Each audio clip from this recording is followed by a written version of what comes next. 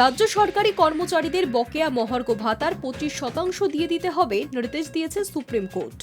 শুক্রবার বিচারপতি সঞ্জয় কোরাল এবং বিচারপতি সন্দীপ মেহতার বেঞ্চ ওই নির্দেশ দিয়েছে।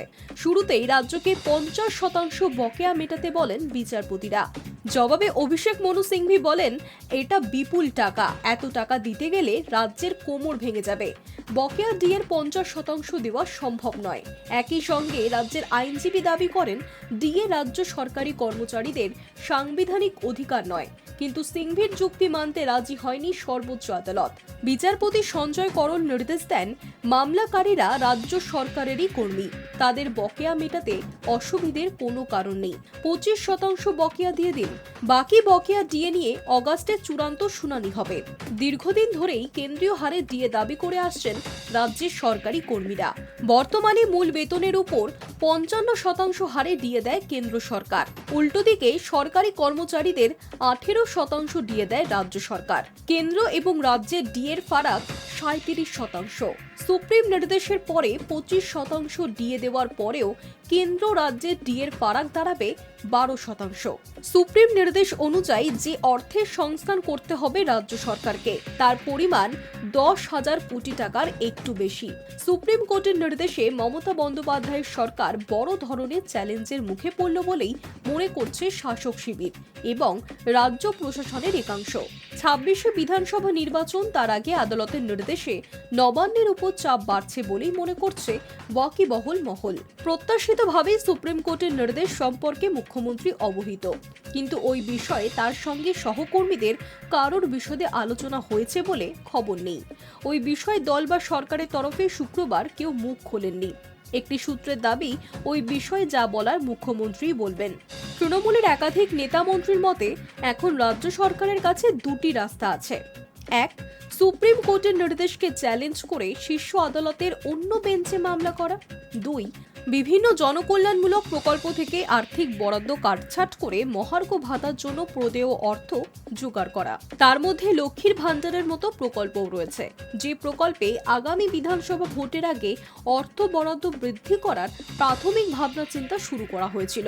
প্রথমটির সম্ভাবনা ক্ষীণ বলে একান্ত আলোচনায় মেনে নিচ্ছেন ওই নেতা মন্ত্রীরাই। দ্বিতীয় পন্থা নিতে হলে কি পদক্ষেপ করা যেতে পারে তার আভাস দিলেও কোন পথে তা কার্যকর করা যাবে তার হদিস তারা দিতে পারছেন না। প্রসঙ্গত, রাজ্যকে ওই বকেয়া অর্থ কতদিনের মধ্যে দিতে হবে তা নিয়ে দ্বিমত সংশয় রয়েছে। সুপ্রিম কোর্টের নির্দেশের প্রেক্ষিতে আইনজীবীদের একাংশ জানাচ্ছেন 4 সপ্তাহের মধ্যে ওই টাকা দিতে হবে। আবার অন্য অংশ মনে করছেন, মামলার পরবর্তী শুনানি যেহেতু আগামী অগাস্টে, তাই রাজ্যের কাছে 3 মাস সময় রয়েছে। সুপ্রিম কোর্ট কি সময়সীমা বেঁধে দিয়েছে বা আদৌ দিয়েছে কিনা, রায়ের হুবহু প্রতিলিপি পাওয়া গেলে সে সম্পর্কে নিশ্চিত হওয়া যাবে। তবে বকেয়া মহার্ঘ ভাতার 25% যে রাজ্য সরকারকে দিতে হচ্ছেই তা নিয়ে সন্দেহের অবকাশ নেই। শুক্রবার নির্দেশের পর রাজ্য সরকারকে ওই বাড়তি অর্থের সংস্থান করতে হবে। তা কোন পথে হবে তা নিয়ে জল্পনা। সরকারের তরফে আইনি বিষয়টি যারা দেখছেন তাদের একাংশের বক্তব্য, সুপ্রিম কোর্ট যেহেতু অন্তর্বর্তী নির্দেশ দিয়েছে, তা চ্যালেঞ্জ করে রাজ্য সরকার অন্য কোনো বেঞ্চে মামলা করবে এমন সুযোগ বা সম্ভাবনা কার্যত নেই। তবুও আইনি দিকগুলি খতিয়ে দেখা হচ্ছে। অন্যদিকে রাজ্যের কোষাগারের অবস্থা তথৈবচ।